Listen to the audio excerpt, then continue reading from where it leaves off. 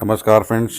तो पिछले व्लॉग में हमने आपको द्वारकाधीश भगवान के दर्शन कराए, भगवान नागेश्वर जी के दर्शन कराए और मतलब द्वारका के दर्शन कराए। द्वारका से लौट आए हम लोग और सुबह हम लोग आ गए भगवान श्री सोमनाथ जी के दर्शन करने। दर्शन कर लिए हैं।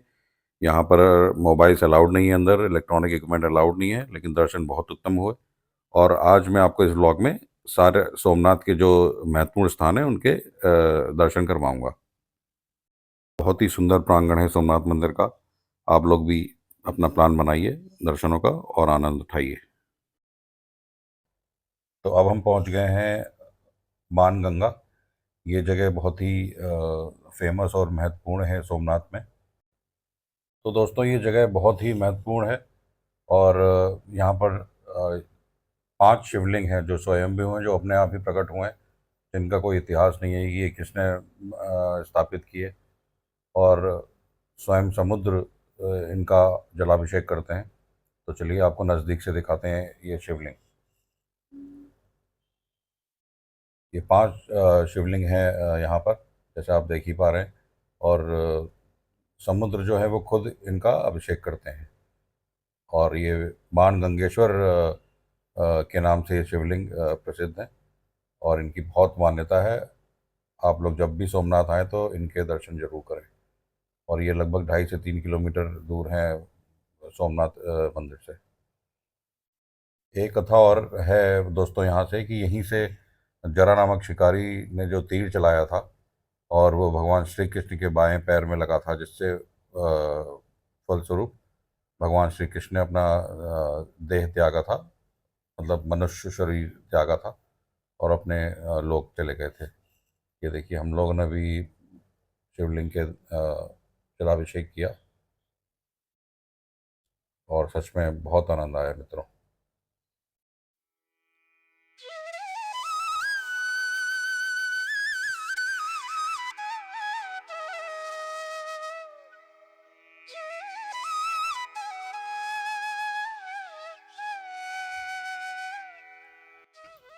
अगला स्थान है दोस्तों बालका तीर्थ।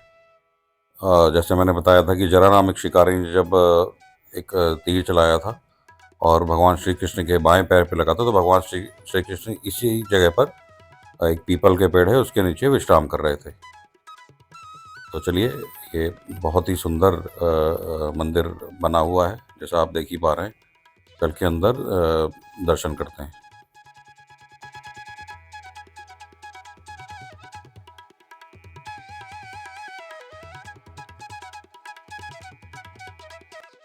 देखिए, ये अंदर से ये मंदिर है और अभी आपको नज़दीक से दिखाता हूँ। ये देखिए, भगवान श्री कृष्ण आराम करने की मुद्रा में बैठे हुए हैं और जरा नामक शिकारी भी सामने विराजमान है। ये देखिए, ये जो पीपल का पेड़ दिख रहा है दोस्तों, ये वही पीपल के पेड़ है जब भगवान श्री कृष्ण यहाँ पर आराम कर रहे थे।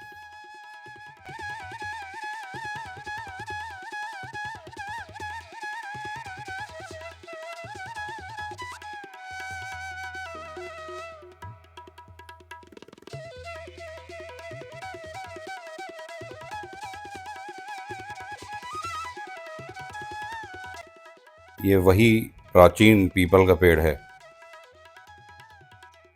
और बहुत आनंद आता है मित्रों, सच में जब आप ऐसी जगह जाते हैं। इतना प्राचीन इतिहास भारत का और स्वयं भगवान से संबंधित जो जगह है, वहाँ एक अलग ही आनंद, अलग ही शांति प्राप्त होती है। ये देखिए, मंदिर कितना सुंदर बना हुआ है। यहीं पर एक भगवान शिव का भी एक मंदिर है इसी कैंपस में, तो उसके भी दर्शन करें।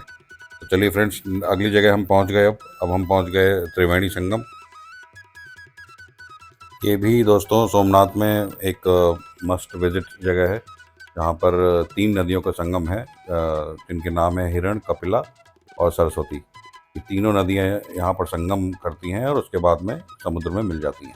बहुत ही सुंदर स्थान है, शांत स्थान है और ये जगह पूरी बनी हुई है। यहाँ पे भी एक मंदिर है और यहाँ पर आप आइए। यहाँ पर चिड़ियाँ हैं, उनको दाना खिलाइए। जैसा आप देख ही पा रहे हैं, हजारों चिड़ियाँ यहाँ पर रहती हैं। आप और जितने भी भक्त और यात्री यहाँ आते हैं उनको दाना खिलाते हैं। बहुत ही शांत स्थान है मित्रों। आप चिड़ियों की यहाँ पे चहचहाहट और ये देखिए, जो यहाँ पर पूरा खेल खेल रही है चिड़िया, देखिए झुंड में एक साथ।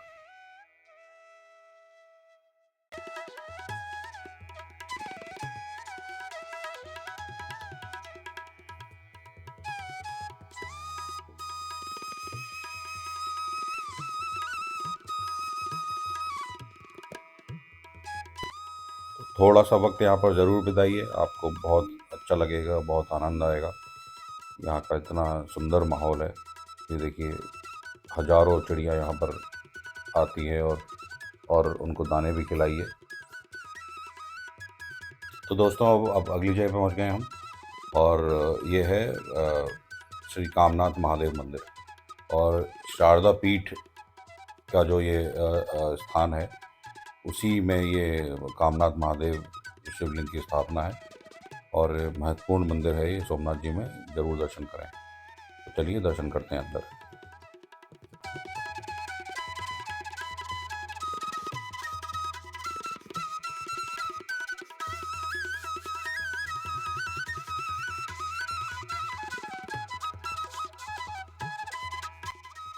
और अगर आपको जो गंगा जल से जलाभिषेक करना है तो यहाँ पर गंगा जल भी उपलब्ध कराया जाता है।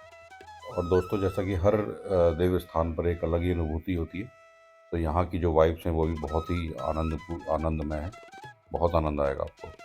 तो चलिए अब चलते हैं सूर्य मंदिर। कामनाथ मंदिर के बिल्कुल नज़दीक में ही लेफ्ट हैंड पर आप सीधे जाएंगे तो लेफ्ट हैंड पे ये गली जा रही है, इसी में है सूर्य मंदिर। अत्यंत प्राचीन मंदिर है, बहुत प्राचीन मंदिर है ये।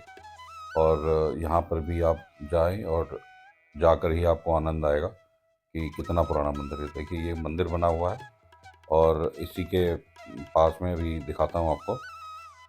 बाहर से दर्शन किए, उसके बाद में ये जो इमारत ही से ये अंदाज़ा लगेगा आपको कि कितना पुराना मंदिर। ये नीचे एक पॉन्ड भी बना हुआ है, उसमें भगवान सूर्यदेव की मूर्ति एक बनी हुई है नीचे।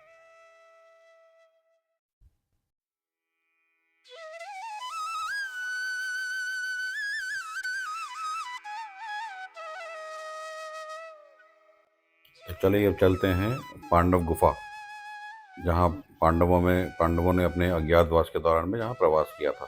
ये देखिए इसी मंदिर कैंपस में एक रास्ता है जो इस तरफ आता है। ये देखिए पांचों पांडवों की यहाँ तस्वीर बनी हुई है प्राचीन। और ये थोड़ा सा आगे जाएंगे तो ये लेफ्ट हैंड में ये पांडवों की गुफा है। इसमें भी अंदर जाइए, दर्शन करिए और फिर आगे बढ़िए।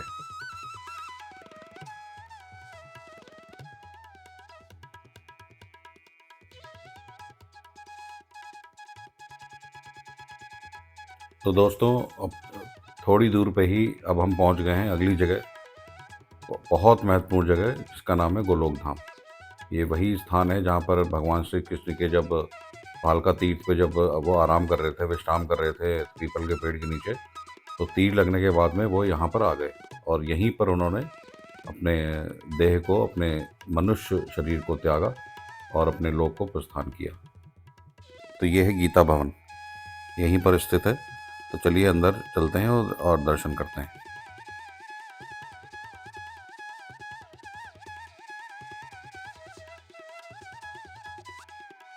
पूरे मंदिर में दोनों तरफ आपको गीता के श्लोक लिखे हुए दिखेंगे, और सामने स्वयं भगवान श्री कृष्ण की एक सुंदर सुंदर मूर्ति। तो चलिए अब चलते हैं बलदेव जी का मंदिर, दाऊ जी का मंदिर यहीं पर स्थित है और अति प्राचीन है।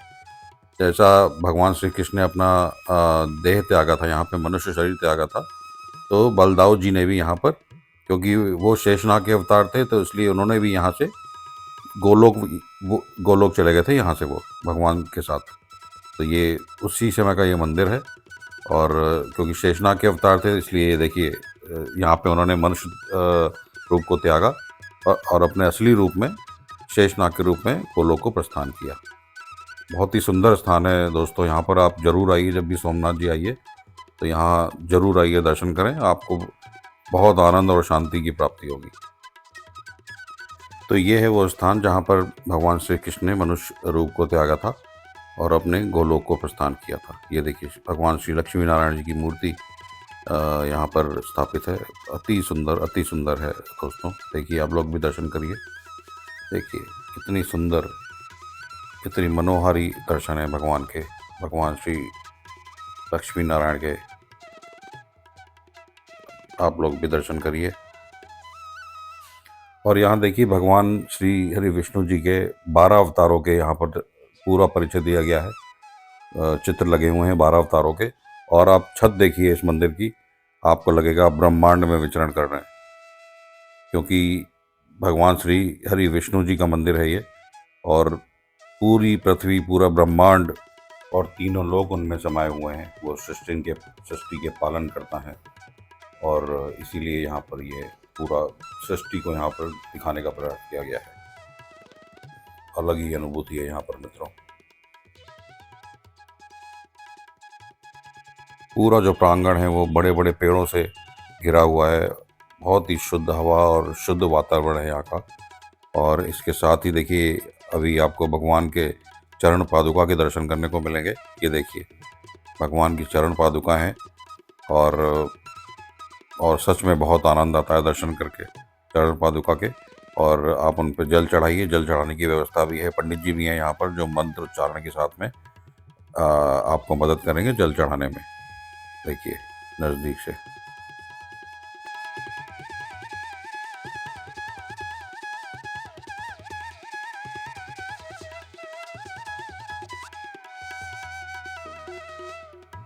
ये देखिए हिरन नदी कितनी शांत सरल। ये दृश्य आपको यहाँ पर इतना भाव विभोर कर देंगे और भक्ति भाव आप में जगाएंगे, और बहुत आनंद आएगा आपको यहाँ पर खड़े होकर। थोड़ा समय यहाँ बिताइए और उसके बाद ही आगे प्रस्थान करिए। फिर दोस्तों इसी प्रांगण में स्थित भगवान श्री काशी विश्वनाथ जी का जो शिवलिंग है, मंदिर है, वहाँ हमने दर्शन किए और हम अगली जगह के लिए प्रस्थान कर गए। तो मित्रों अब हम लोग जा रहे हैं भगवान श्री राम का जो मंदिर है सोमनाथ मंदिर के पास ही, उसमें दर्शन करने। चलिए वहाँ पहुँच गए हैं और चलते हैं अंदर।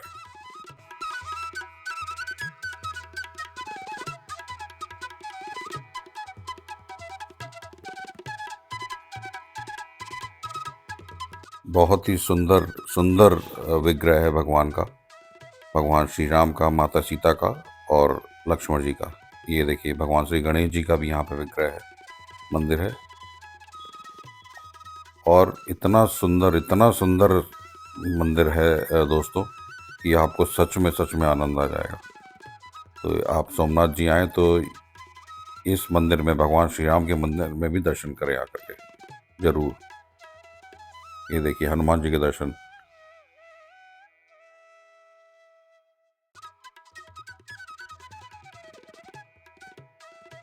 नज़दीक से दर्शन करिए मित्रों। जैसा मैं बता रहा था कितने सुंदर विग्रह है भगवान का, भगवान श्री राम, माता सीता, लक्ष्मण जी और हनुमान जी। और श्री राम मंत्र लेखन का जो एक महायज्ञ चल रहा है यहाँ पर, हम लोग को भी सौभाग्य प्राप्त हुआ इसमें हिस्सा लेने का। और कुछ नहीं करना है आपको, जो यहाँ पर मौजूद रजिस्टर हैं उसमें राम राम करके, राम का जाप करते हुए आप राम नाम का लेखन करें और पुण्य प्राप्त करें। और दोस्तों ये है अगली जगह इसी मंदिर में, ये गणेश जी की हजारों मूर्तियां हैं जो हमारे माननीय प्रधानमंत्री जी श्री मोदी जी को उपहार के रूप में मिली। तो उन्होंने इस मंदिर को, यहाँ पर इन सारी मूर्तियों को डोनेट कर दिया।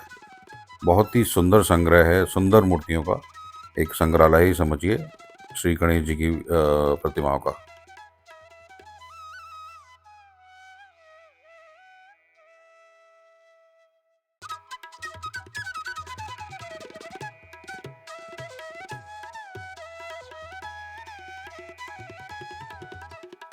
तो फ्रेंड्स हमने भी राम नाम का जाप किया। और मित्रों मैं अब ये व्लॉग यहीं समाप्त करूँगा, और अब हमें जाना है दीव यहाँ से, क्योंकि अब हम अपने दीव के रिजॉर्ट में, होटल में पहुँच गए। और अगले व्लॉग में आपको दीव के जो विजिटिंग प्लेसेस हैं, मस्ट विजिटिंग प्लेसेस हैं, वो आपको दिखाएंगे, खुद भी देखेंगे, ताकि आप नेक्स्ट टाइम जब दीव आएँ तो वहाँ पे आप लोग मज़े ले सकें। तब तक मैं आपको अपने होटल का एक रूम दिखाता हूँ, किस तरह का रिजॉर्ट है। कृष्णा रिजॉर्ट है ये दीव में, बिल्कुल जो वहाँ का सबसे फेमस बीच है नागोआ बीच, उसके ठीक सामने। तो हम लोगों ने यहीं पे स्टे किया था। सोमनाथ जी से दीव की दूरी 65 किलोमीटर है, तो इसलिए हम लोग दीव आ गए थे और यहाँ से फिर हम लोग आगे जाएंगे दिल्ली। तो नेक्स्ट व्लॉग आप लोग ज़रूर देखिएगा, उसमें सारे मोस्ट विजिटिंग प्लेसेस होंगे दीव के। और तब तक मैं आप लोगों को सबको नमस्कार करता हूँ और मिलेंगे नेक्स्ट व्लॉग में। तो इस व्लॉग को देखने के धन्यवाद, और इस मेरे चैनल को लाइक करिए, सब्सक्राइब करिए।